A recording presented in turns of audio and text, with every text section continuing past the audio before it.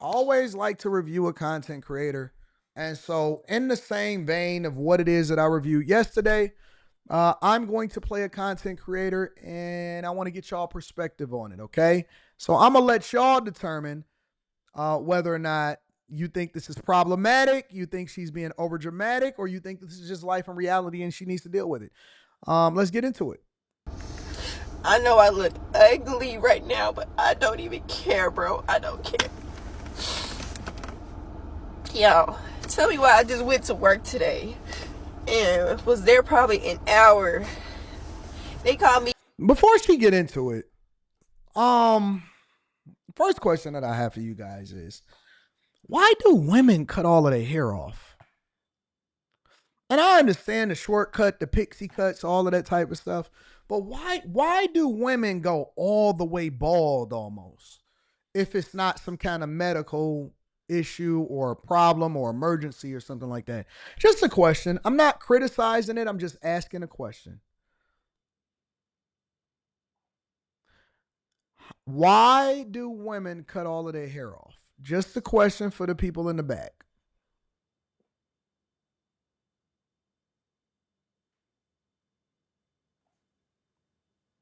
And my lab partner, they said, can you and so-and-so come into the conference room with me? And right then, that moment, I knew we were cooked. Long story short, our positions have been eliminated.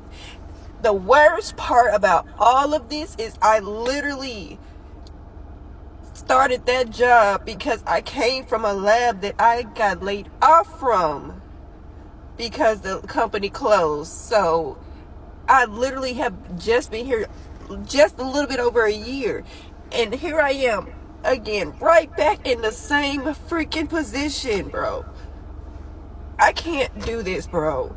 Like, it took everything in me not to crash out in there on them folks because I am just so angry. I'm so tired. It's like, if it's not one thing, it's another, bro. I see so many women. Again, I played the one guy that I was able to come across that actually said that he was getting laid off and he maintained frame. He was chilling. He wasn't crying. I see so many women. And trust me, layoffs happen on men and women alike. I don't know a man in his lifetime that has not been laid off at some point in his life. Every single person, every single woman, they be ready to crash out on them folks.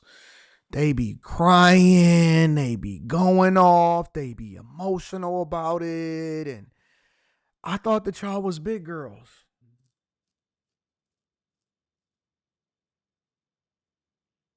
I thought that y'all was big girls. I thought that y'all had it together, that y'all was the most educated, that everything was going well. And don't get me wrong, I don't, I feel sorry for people that have been laid off. I've been laid off before, you know? And it's not a great feeling, but the minute that I got home, I was like, you know what? Let me make some phone calls. Let me get my resume together. I didn't even take the day off. I was back at it. I was trying to figure out how I can go and get some money. I was making sure that I can go and spend more time on my businesses and all of that stuff. I just got right to it. Most guys I know, they don't really even take the day off. They be like, listen, it's time to get it popping. Most guys, not all guys. K Cooper says, no, we are emotional. Y'all that emotional like that? That y'all be ready to crash out on the job and stuff? Y'all don't want a good reference. Y'all don't want to make sure that you maintain your relationships. You don't want the possibility of being able to work with that person again, or maybe you don't want to burn no bridges and stuff. Y'all be ready to crash out. Just start crying and burning down the whole place right away. Hmm. And on top of that, I'm in the middle of trying to move too. I don't know what I'm gonna do now. Hmm. I've been working in labs in Little Rock since 2021. There are no labs here for real that are paying more than $20 an hour. It took me for 3 months to find this job after I got laid off from my last job. I worked in 5 different labs at this point. I don't know what to do. I don't know what to do. I don't know where to apply. I don't know. This is just all so This is just too much. This is too much. This is too much. This is.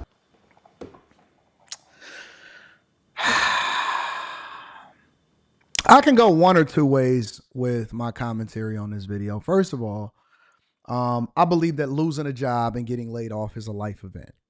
Absolutely. You feel like things are falling and crumbling sometimes, failing or whatever, so on and so forth. So I'm gonna approach it on both ends, right? So I'm gonna have this conversation from two different lenses. The first lens is it is a life event, but life is not over. All right. Always look at it as an opportunity for something else that you needed to do, that you needed to get into. Sometimes it's hard to see that because the only thing that you can think of is your income being removed and taken away from you. But I am telling you that it is a life event. And so it's okay to grieve, but at the same time, you got to maintain frame and you can't do anything that you're going to regret later. That's number one. Um, in addition to that, you also have to make sure that you are preparing yourself for the future. When y'all get these jobs, I don't know how many times that I have to tell y'all, this is not a modern thing. This is a thing in general.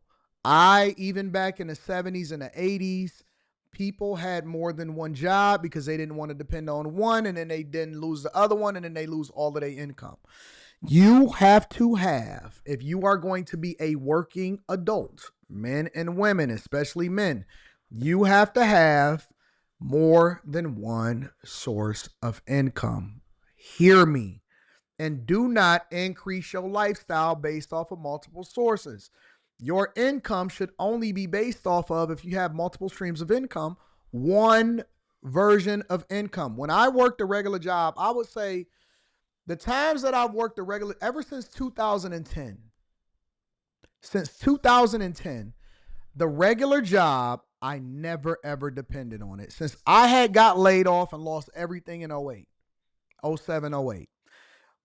I made up in my mind that I would ever depend on a job ever again for my income. Now, that didn't mean that I wouldn't work a job, that I wouldn't take a job, that I wouldn't run up a bag, but that I was going to be self-reliant and self-independent in order to make sure that I was straight.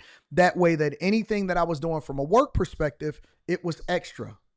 I remember right before I retired the second time, they garnished me again. And I was telling y'all, I said, listen, they garnishing me from 08. They chased me down and they got all of their money too. And I didn't even care. By the time that I realized that I was getting garnished, it was when they actually had sent the paperwork, because your job, HR or whatever, they'll send the paperwork, the court documents.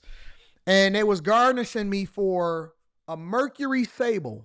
I had a Mercury Sable. That's how old it is. They don't even use Mercuries no more. I had a burgundy Mercury Sable that um they garnished me for. And um so they chased me down for that money, and so they wound up getting it. I think it was like $7,000 or whatever like that. And so they wound up getting the money out of my paycheck. By the time I realized it though, because I never depended on the money just went straight into my brokerage account.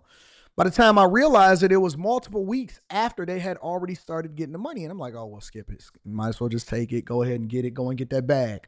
But the point that I'm making is that you got garnished over 15 years later. Oh, some of these people are relentless. And I can't blame them because I owed the money. And so I didn't complain about it. I just had more than an abundance. So I didn't trip about it. But my point is that I had made up in my mind that I would never depend on one source of income or a job in order for me to do it. Now, some of you may have to get, you know, your bearings together, meaning that if you got a regular job now, and let's say you don't necessarily want to go and get a second job, but maybe you start a business, or maybe you got a hustle. I think that that's a better word to use. Maybe you got a hustle. You having a hustle will exponentially benefit you, because what that's going to allow for you to do is spend way more time growing your hustle, which ultimately can turn into a business, and then it can turn into some kind of monstrous thing that you then is just generating so much revenue to. That's usually what happens. Is hustle to business, business into conglomerate. All right. Hustle to business, business to conglomerate. And so when you have a hustle, it could wind up becoming your main source of income, which then you don't depend on a job. So you have to slow burn it, right? You got to work it. You got to keep working.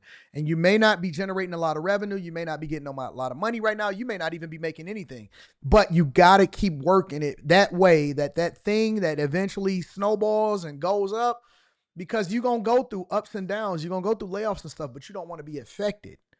You know what I'm saying? That's the first thing that I wanted to say for y'all. That's the one learned lesson. The second thing that I want to say to y'all is specifically to my ladies. Y'all ever get tired and be like, you know what? I don't want to do this no more. Like, how long of working or how long of suffering? I'm not talking about women that have jobs because they love what they do or it's a purpose or they enjoying it. Usually when a woman back in the day was a teacher or when she worked at the school or something like that, she did that not because they needed the money. She did it because it was something that she felt like she can do that also paid her, right? That also brought income. So the pay was extra, but they were actually involved in a community. They wanted to, most of the teachers sometimes would even make sure that they teached at the schools that their kids went to and all of that type of stuff. Women were doing stuff that had some kind of substance or purpose. But y'all don't ever be like, I'm exhausted. I don't really want to go out here and compete for resources like that. What compels women to want to be career women? And I'm just curious.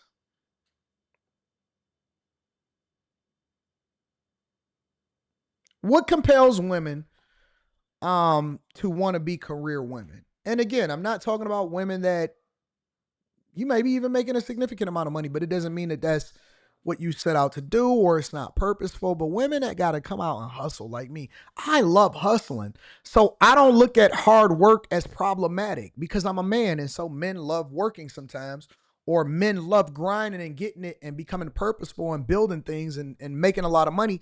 That's just the nature of who we are. When you, as a woman, when y'all set out and y'all say, you know what, this is what my life is like or whatever, y'all don't ever be getting tired and be like, oh man, my back hurt or I'm tired. I just want to go and lay down. I'm tired of when y'all wake up in the morning and you got to get up on an alarm and it's not to take the kids to school or something like that. Do y'all be like aggravated? Does it make your menstrual flow harder or something like that? That's crazy to me. It's crazy to me. I had this one girl, we were talking and we were having a conversation from a career perspective. And they were like, "Man, my friends um keep telling me to go into the private sector and I can make way more money in doing this." Now keep in mind, she loves what she does, loves working for the organization that she works for, and she makes a decent amount of money. She does okay. She lives within her means. She's, what I'm saying, and all of that stuff, and she don't have to have no stress. She's one of the few people that I know that still work from home. Don't ever got to go into the office, occasionally slip in. The whole organization love them. They've been there for a long time, and the organization is very, very large and stable to where they will never probably ever be displaced, and she still has upward mobility if she ever wants to, but she just chilling. And she like, yeah, my home girls keep telling me that I should go into the private sector and nothing. And then they said, so what do you think that I should do? And I said, if you don't sit your black ass down and stop trying to be like these women, I said, look, I said, show me the pictures of them. So she sent me the pictures. I said, she fat, she tired, she broken, and she alone, and she a single mother. She ain't got no edges because she stressed the hell out. That one, what's that one going on? She said that she worried about getting laid off. No, see, I said, sit down, learn how to manage what you have more effectively, and move accordingly. Ain't you happy? Don't you get up when you want to? Don't you do it in this and then? Don't the organization? Yeah, what you doing? What is you doing? Why is you out here? None of that. Listen, you're not even going to have a difference in lifestyle based off of what it is that you're chasing. And you don't even want to do that. I said, it is cutthroat in net. I said, you found the perfect spot. You better sit down. Sit down. Sit down. Run your own race based off of what you want to do. And that ain't even your goal. You don't even want to work that hard. You want to be out there going into work every day, trying to compete and doing this and all of this stuff. No, I ain't really trying to do that. So what the fuck you listening to them heifers for? They ain't even happy. Every last one of them chicks don't look happy. Are they happy? No, they not really happy like that. Oh, so why you trying to jump in the same race as them? Telling you, man, women be giving bad advice to other women, and so y'all got to be careful who y'all subject yourself to and surround yourself with. Real talk. They be trying to have y'all looking dumb, stupid, assed out, and broken, and getting laid off because you took a chance. You should have just rock with the thing that you're rocking with. Are you happy? Yes. So what is you doing? What you doing? Sit down. Sit down. Sit down. And Forrester said, women are stupid as fuck. And he quoted Quentin.